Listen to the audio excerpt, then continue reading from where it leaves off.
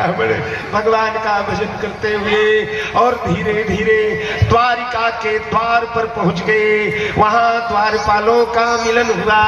बोलिए गोपाल कृष्ण भगवान के।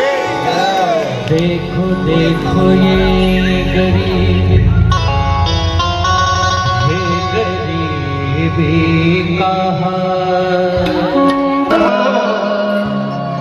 यही सोच कर मैं आस लेके आया।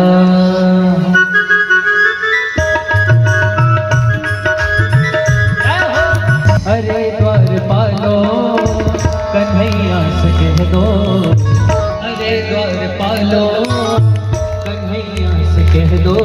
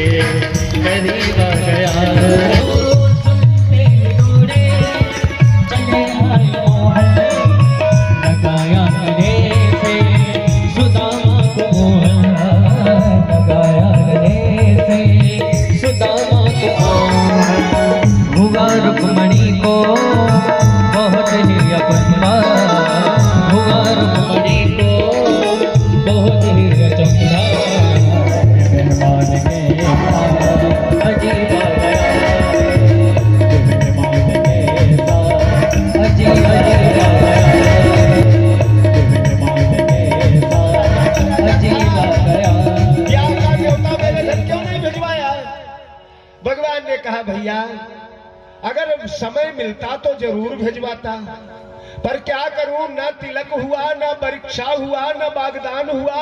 जब हुआ तब डायरेक्ट ब्याह ही हुआ। माँ बाप को नहीं बता पाया, तुझे कैसे बताता? तो अच्छा ऐसा कर, भाभी को बुला। देखो आई चरणों में गिरी, पंडित जी प्रणाम। ब्राह्मण ने कहा, भारे भारे कन्हैया क्या सुंदर भाभी लाया, गजब की भाभी है, वाह वाह वाह। सौभाग्यवती भव, पुत्रवती भव, पति प्रिया भव। 3 आशीर्वाद देने चाहिए सुहागिनी को।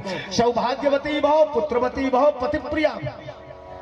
तब तक भगवान ने सत्यभामा को इशारा किया, तुम भी आ जाओ। सौभाग्यवती भव, पुत्रवती भव, पति प्रिया भव।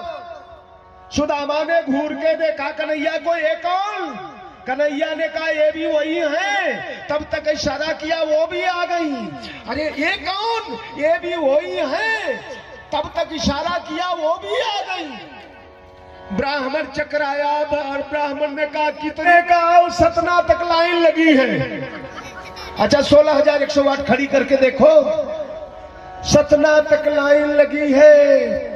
ब्राह्मण ने सोचा आशीर्वाद लंबा हो रहा है, एक आशीर्वाद कट। सौभाग्यवती भव, पुत्रवती भव, सौभाग्यवती भव, पति प्रिया कट। पति प्रिया बनो चाहे खोपड़ा फोड़ दो।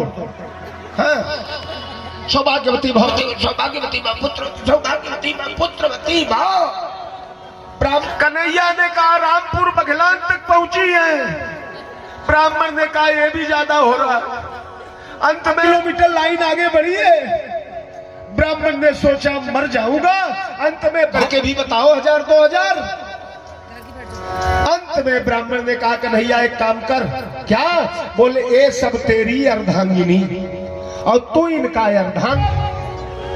और सब जगह 16,108 चौकी, 16,108 सोने की थाली, 16,108 गिलास, 16,108 लोटा, 16,108 कटोरी। हर रानी ने तेरे लिए रसोई बनाया है। और रानियों ने कहा है, अब ये अड्डा जमा ले। 15 दिन, 1 महीना पूरी पराठा बना, तीसरे दिन रोटी चावल दाल, चौथे दिन चना की रोटी में पैर दबा रहा हूं। और हाथ पकड़ के खींचा, चावल की पोटली खुल गई।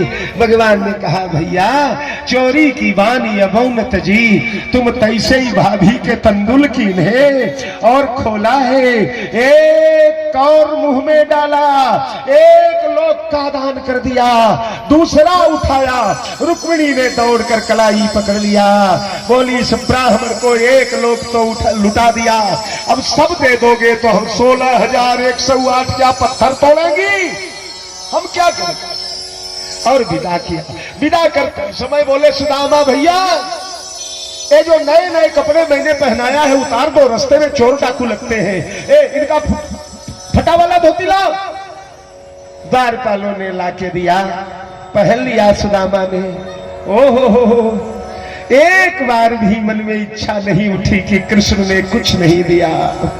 सुदामा इसी में धन्य है कि कहां मैं दरिद्र ब्राह्मण, क्वाहम दरिद्र पापीयान, क्वा कृष्ण श्री निकेतन, कहां लक्ष्मी के पति, 3 लोक के मालिक, कहां मैं दरिद्र ब्राह्मण, कैसे मुझे मिलने को लिए दौड़े, कैसे मेरा पैर धोया, कैसे मेरा चरण दबाया।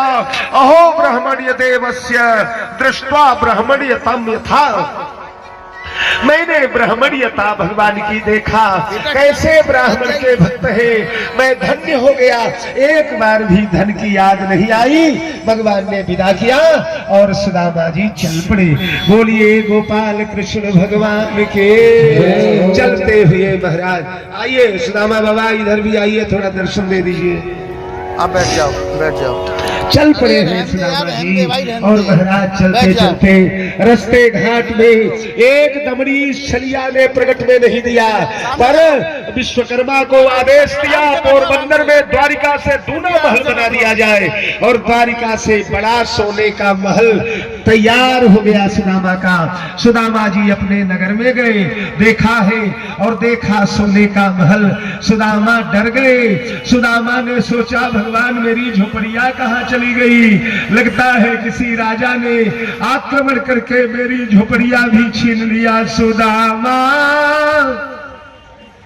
सुदामा मंदिर देखी रे, सुदामा मंदिर देखी रे, सुदामा मंदिर देखी रे, सुदामा मंदिर देख रे,